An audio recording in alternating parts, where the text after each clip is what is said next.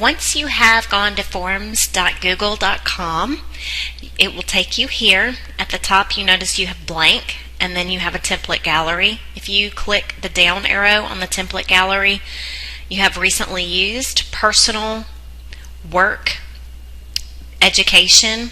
These are the different areas. We're going to choose blank for today. The first thing I start off doing is the look and feel. To do that, you will choose the color palette button at the top of your screen. There's a few different options up here on the top right, but we're going to choose color palette. You can choose a color, or in the bottom right hand corner, image. We're going to click that option. They have preloaded themes with various areas, work and school, birthday, food and dining, and so forth that you can choose from. Illustrations, if you click on that, I just wanted to note this one. It's February, so Valentine's Day, you would think that they would have something for that. They do not. So typically it aligns with the month closest to what you're in. So the next one would be March for St. Patrick's Day. So you can see it goes March, April, May, and so June, July, August, on down, September, and then October and so forth, November. And the other thing I wanted to point out is how to upload. You can upload your photos. So I click upload, and I already saved one for Valentine's Day onto my desktop. All I did was go to Google, type in Valentine's Day, or you can actually, if you wanted to go to Google and type in candy hearts, for example, click on images.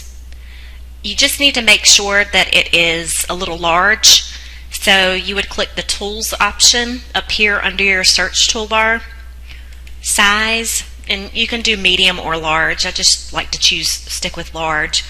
And just make sure your candy hearts are school appropriate. So we'll just go and choose, let's see what these look like. Alright, these look all fine to me, so I'm going to right click, save image as, and yeah, we don't care what the name is.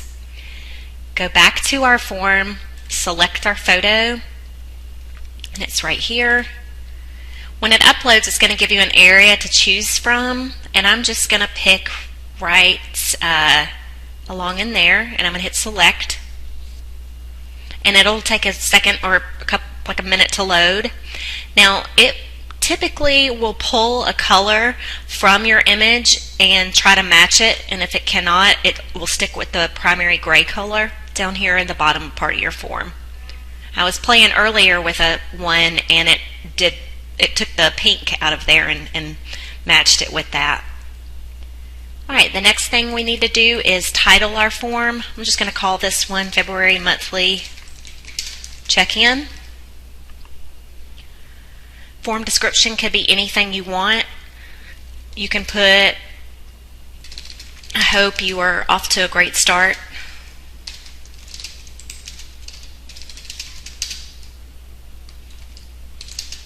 To the second semester, and then you can put anything else, whatever you want to put. That's perfectly fine. Now you notice that untitled form in the top left hand corner of your screen says untitled form as well for the title. If you just click in there, it'll change it. The next piece that I wanted to go over is your toolbar over here on the right hand side. I call it a toolbar. I'm used to working in Photoshop and Dreamweaver. So your toolbar gives you add a question, and we're going to do that shortly. Add a title and description. I never use this unless you want to create a quiz, and that would be when you section items off. You can add a description, title or description, like if it's multiple choice, essay questions, things like that. You could add that at the top of each section. Adding an image, same concept, except you have a few more options to add. You can do a search right within the image function with Google stock images. Now you also get to add a video. This is where the live lesson forms can come to life, where you can also work with flipped classrooms. You can, add your question first and last name, insert like a little blurb and talk about what the video is going to be about. That can even be in your description and your title, and put your 3 to 5 minute video in there. From either put a URL, paste your URL, or do a video search with YouTube and stick that right on in anywhere in your form, and maybe ask 1 or 2 questions and send it a couple of days before the live lesson, and then talk about it in the live lesson. So there's your flipped classroom opportunity that way. And it shows up, it embeds right in the email, so they don't have to click on anything and go look at it. It's very cool to do that. The section, again, I was talking about, if you click on section, there's 1 of 2, 2 of 2. These are really great for creating quizzes or some sort of questionnaire, possibly, that you want to have, that you want them to be able to just be able to continue to the next section, whether part of it's multiple choice, true, false, and so forth. You could do that. I'm not going to keep it this way, so I'm going to click on that hamburger menu, click delete section, and notice how it deleted that question. Not a big deal. We're just going to go ahead and add a question right now. I like to start off with first and last name. And if you notice that it automatically populates, it tries to take your question and auto-populate with the proper answer. You do not have to keep it as a short answer, but of course the first and last name is a short answer. So you have the multiple other choices. You have paragraph, multiple choice, and all of these other options. Now I'm going to make this required. You also have the opportunity to duplicate and delete this question. I do not do anything with this hamburger menu right here. You can add a description and view the description, play with the response validation. That is how you choose to see your responses and so forth. I've never done anything with that. Okay, so let's add our next question. Maybe you want to, and I'm just going to give you another opportunity to see how it auto-populates. So when is your birthday? And it automatically chooses date for you. So that's one less thing that you have to do with now with these new forms. Used to, you would have to choose that function or that option for you. I'm not going to make that a required field. So the next thing, I'm going to add another question, and this one is going to be, how are you liking your courses so far this semester? And you can make it multiple choice, love them, leave them, so-so, other, things like that. Or you can do a short answer or paragraph. If you want to do paragraph, that's fine. I do want to make this one required because I do want them to answer this one. But however, you kind of want to follow up with, or I typically follow up with something fun that I want to learn a little bit more about my student.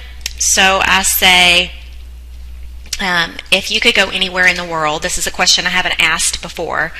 If you could go anywhere, where would you go? You visit. Where would, sorry. And then that's perfectly fine to be a short answer. That's definitely not required. Now, I'm making this short and sweet. The goal is to build a rapport and to not make it so long for them. Is what can I help you with?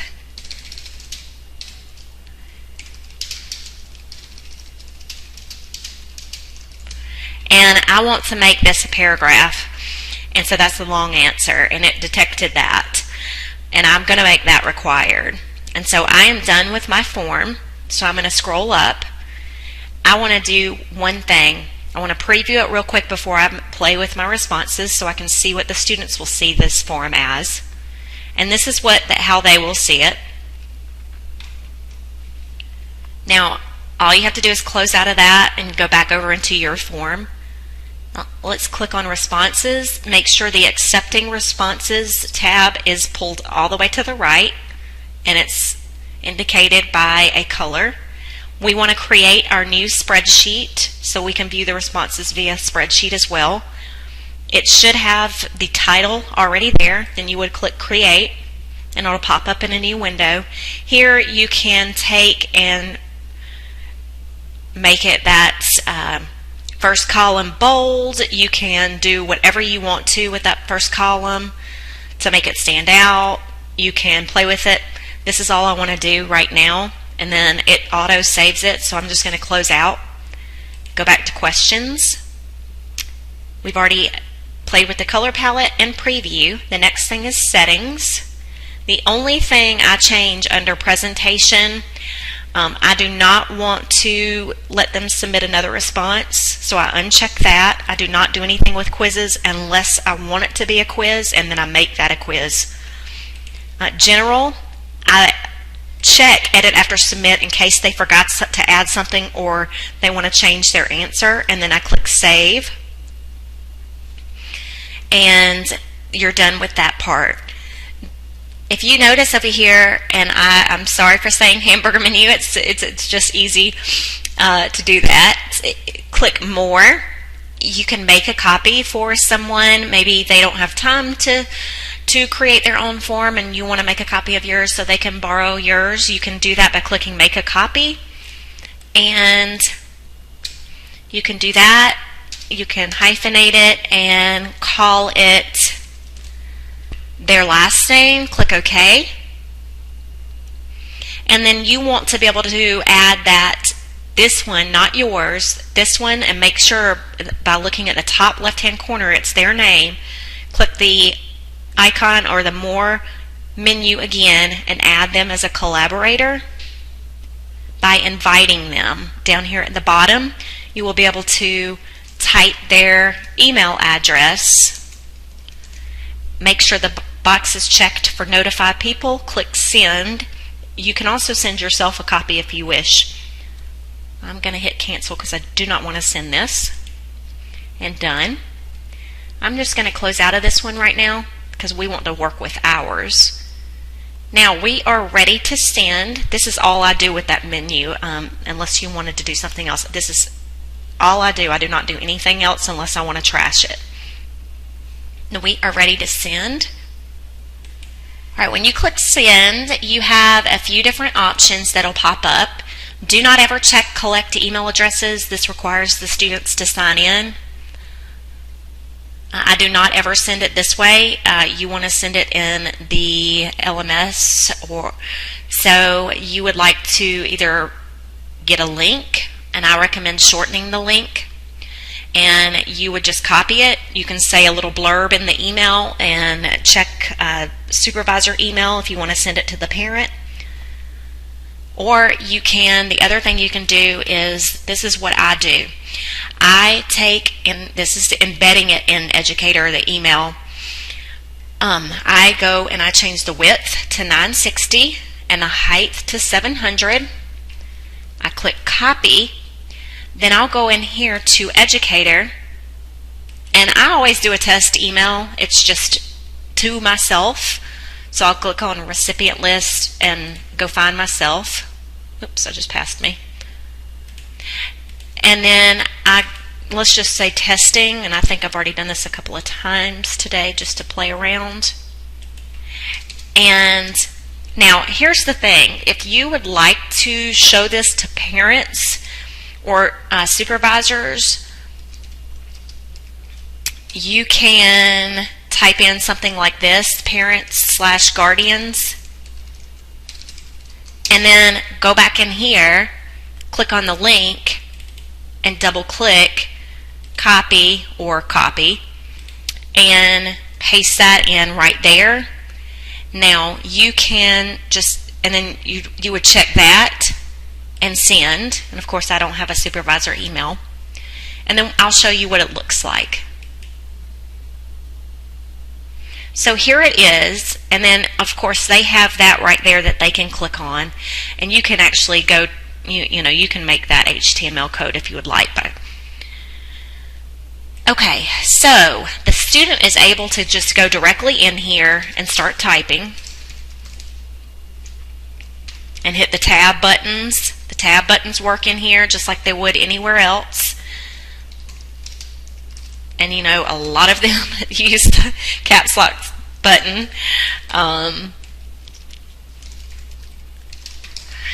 Okay, so I'm going to hit submit, and if you'll notice, it does allow them to edit the response. However, we won't mess with that, but otherwise they are done. It tells them that their response has been recorded. So let's go back over here to our form and notice that we have a response now. You can look at it as a summary, or you can look at it as individual, where it shows you the whole form like that. And then if you have it that way, it'll go next and back and forth, or you can view it in your Google spreadsheet. And that is how you work with your Google Forms.